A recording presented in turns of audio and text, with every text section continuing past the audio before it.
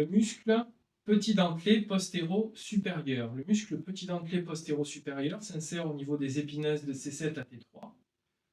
Donc je vais venir repérer C7 ici.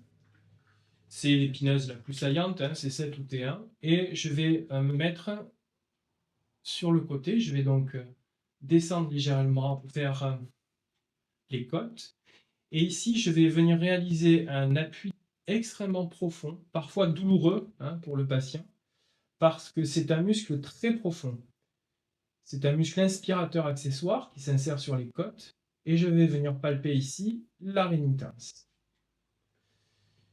La technique se réalise en décubitus dorsal.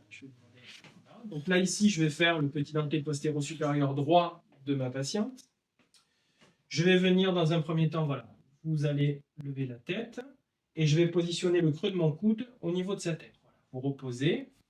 Et là, je vais retirer légèrement mon membre supérieur crânial de sorte que cela implique une rotation homolatérale de la tête de ma patiente. Ensuite, je vais venir antérioriser son membre supérieur et avec ma main caudale, je vais venir chercher ici l'apophyse épineuse de C7. Alors, je vais lever ici pour que vous voyez. Je viens chercher ici l'apophyse épineuse de C7. Voilà, C7. Et je vais donc, comme pour la palpation, me mettre légèrement sur le côté. Et ensuite, je reviens ici comme ceci.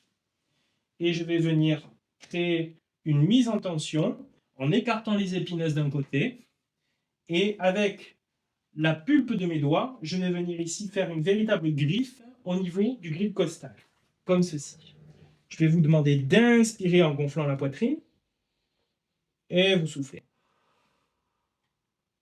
Et je fais une griffe au niveau du grid costal, véritablement sur les fibres du muscle. Et on relâche tout. Merci.